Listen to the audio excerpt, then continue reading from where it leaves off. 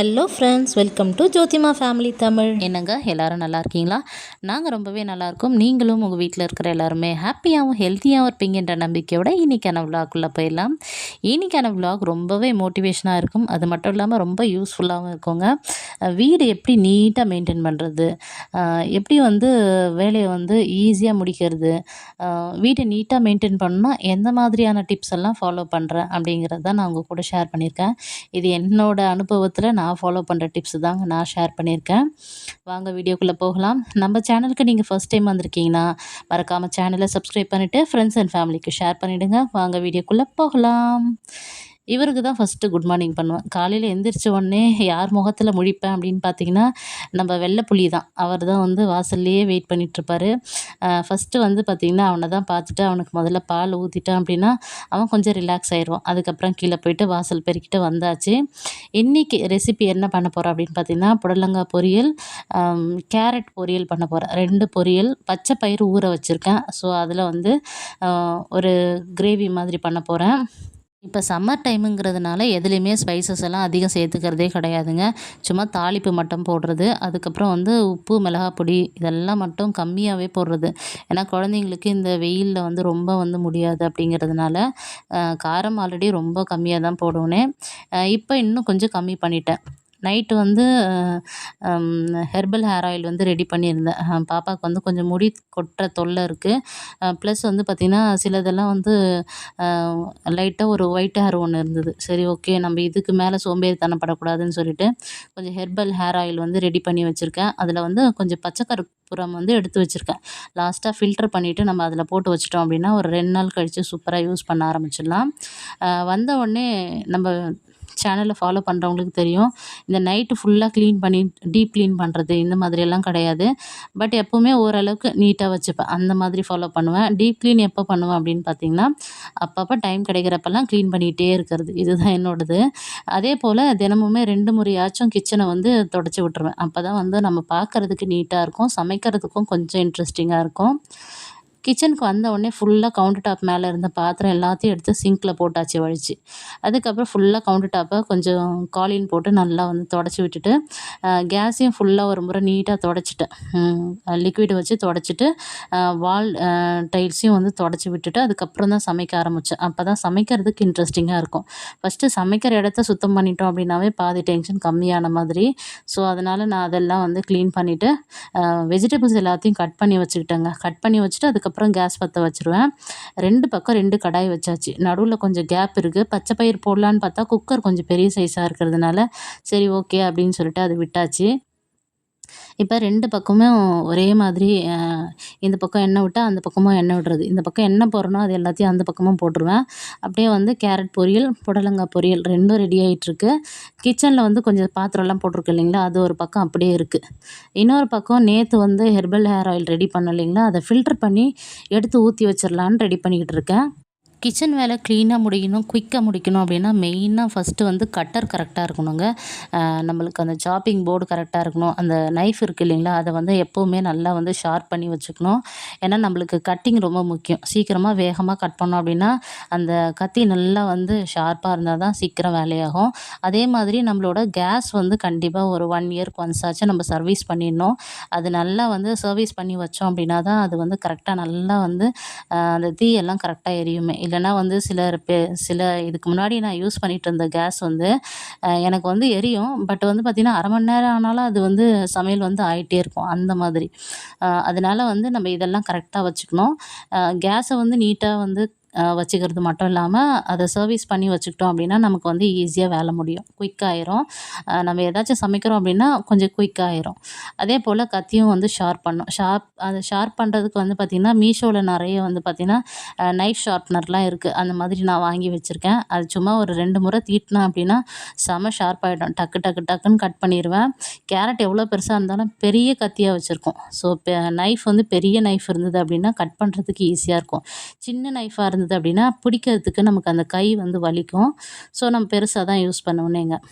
இந்த herbal hair ஆயில்ல ஒண்ணும் போடல. என்ன அப்படின்னு பார்த்தீங்கன்னா, கருவேப்பில, அதுக்கப்புறம் வந்து பார்த்தீங்கன்னா, நெல்லிக்காய் ஒரு துண்டு தான் போட்டிருக்கேன். அதுக்கப்புறம் ஆலுவேரா வந்து பெட்டல்ஸ் வந்து 4 பெட்டல்ஸ் வந்து சேர்த்துருக்கேன் நான். 4 பெட்டல்ஸ் வந்து நல்லா வந்து அ மேலே இருக்கிற ஸ்கின்ன ரிமூவ் பண்ணிவிட்டு, வாஷ் பண்ணிவிட்டு, அத வந்து கட் பண்ணி அத வந்து சேர்த்துருக்கேன். ரொம்பவே சூப்பரா இருக்கும். ஃபைனலா நம்ம ஃபில்டர் பண்ண பிறகு, பச்சை கற்பூரம் கொஞ்சமா வந்து நம்ம வந்து நசுக்கி அதில விட்டுட்டோம் அப்படின்னா, அ அது வந்து நல்லா ஊறிரும். ஏன்னா வந்து அந்த பச்சை கற்பூரம் வந்து நம்மளோட அந்த ஸ்கேல்ப்ல போயிட்டு ஊறுச்சு அப்படின்னா, அந்த எண்ணெய் வந்து நம்மளுக்கு அந்த முடிய வந்து நல்லா வளர்றதுக்கு உண்டான அந்த தூண்டுதல் வந்து குடுக்கும் அப்படின்னு சொல்லுவாங்க. ஸோ வந்து பச்சை கற்பூரம் வந்து ஆட் பண்ணி பாருங்க. உங்களோட ஹேர் ஆயில்ல ரொம்பவே சூப்பரா வந்து ரிசல்ட் குடுக்கும்.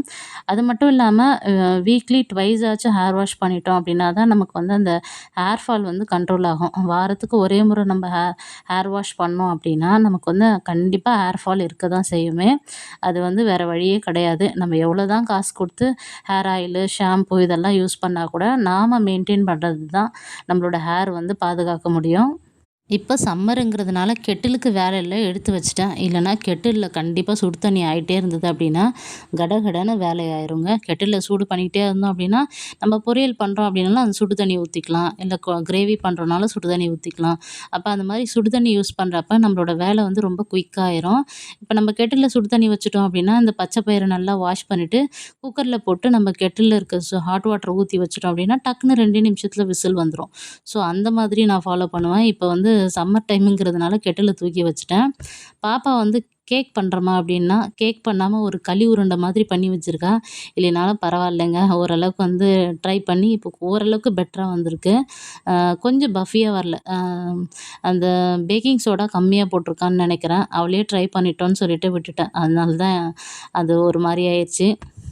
என்னதான் நாம கத்துக் குடுத்தாலும் சில விஷயங்கள் மத்தவங்க சொல்லி தெரிஞ்சுக்கிறத விட, நம்ம அனுபவத்து மூலமா நம்ம தெரிஞ்சுக்கிட்டோம் அப்படின்னா, அது லைஃப் லாங் நம்ம மறக்கவே மாட்டோம். கிச்சன்ல வந்து பாத்திரம் கழுவிட்டே இருந்தேங்க. ஒரு அம்மா மேல வரைக்கும் வந்துட்டாங்க. என்னம்மான்னு கேட்டா, "நாட்டுக்கோழி முட்டை வாங்கிட்டு வந்திருக்கேம்மா, எடுத்துட்டு வந்திருக்கேன் வாங்கிக்கோங்கன்னாங்க." "இல்லம்மா வேணாம்." அப்படின்னாலும் கேட்கவே இல்லங்க. அவ்ளோ கம்பல் பண்ணி எவ்வளோன்னு கேட்டா ரூ. 16ன்னு சொல்றாங்க நாட்டுக்கோழி முட்டை. நான் ரெகுலரா வந்து பார்த்தீங்கன்னா, இங்கேயே லோக்கல்ல வந்து வாங்குவேன். ரூ. 10 தான் வாங்குவேன். நீங்க என்ன இவ்ளோ ரேட் சொல்றீங்களேன்னாங்க. டக்குன்னு சரி ஓகேம்மா நீ ரூ. 10க்கு தான் வாங்கிக்கோ அப்படிங்கிறாங்க. அப்ப ரூ. 16 சொல்லி ரூ. 10க்கு வந்திருக்காங்க. அதுக்கப்புறம் ரூ. 12ன்னு வேற சொன்னாங்க. நான் ரூ. 12லாம் குடுக்க மாட்டேன் அப்படின்னேன். ஆல்ரெடி நான் முட்டை வாங்குறவங்ககிட்டயே வாங்கி வச்சுட்டேன். வேணான்னா கூட கேட்கவே இல்ல. நான் மேல மாடி வரைக்கும் ஏறி வந்துட்டேன். ஒரு 10 முட்டையாச்சும் வாங்கிக்கோமான்னாங்க. சரி ஓகேன்னு சொல்லிட்டு அவங்ககிட்ட ஒரே ஒரு 5 முட்டை மட்டும் வாங்கி வச்சுட்டேன். ஆல்ரெடி வந்து அ பிராய்லர் கோழி முட்டை வாங்கி வச்சது அப்படியே இருக்கு. அப்பா வந்து போன வாரம் வந்தாரு. அவர் வாங்கின்னு வந்து குடுத்துட்டு போனாரு. எல்லா வேலையும் முடிஞ்சது பாருங்க. சாம்பார் நைட் வச்ச சாம்பார் கொஞ்சம் இருக்கு. ஒயிட் ரைஸ்ல தண்ணி ஊத்தி வச்சிருக்கேன். அது இருக்கு. 2 பொரியல் பண்ணியாச்சு. வேர்க்கடலைய வந்து அவிச்சு வச்சுட்டேங்க. எல்லா வேலையும் முடிஞ்சது. இட்லி ஊத்தி வச்சுட்டேன். எல்லா வேலையும் கம்ப்ளீட் ஆயிடுச்சு. ஃபைனலா வந்து பாத்திரம் கழுவி எடுத்துட்டு போயிட்டு வெளிய பால்கனில வச்சுட்டேன். பூஜையும் முடிச்சுட்டேன்.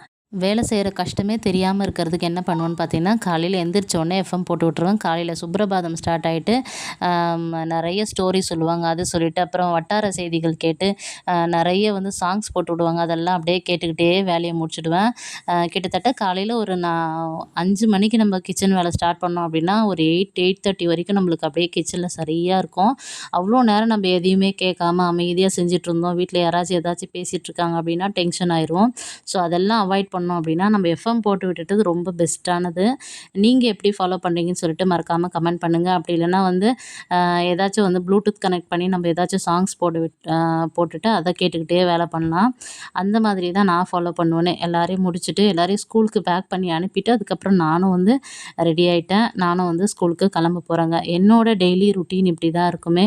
என்னோட வேலைகள நான் இப்படி தான் மேனேஜ் பண்ணி எல்லா வேலையும் முடிச்சுருவேன். வீடு பெருக்கி பாப்பா குடுத்துட்டா. அப்புக்குட்டி பூஜை ரூம்ல சாமிக்கு எல்லாத்துக்கும் பூ வச்சுட்டு, தண்ணியெல்லாம் மாத்திட்டு, உருளியில பூவெல்லாம் வச்சுட்டு கிளம்பியாச்சு.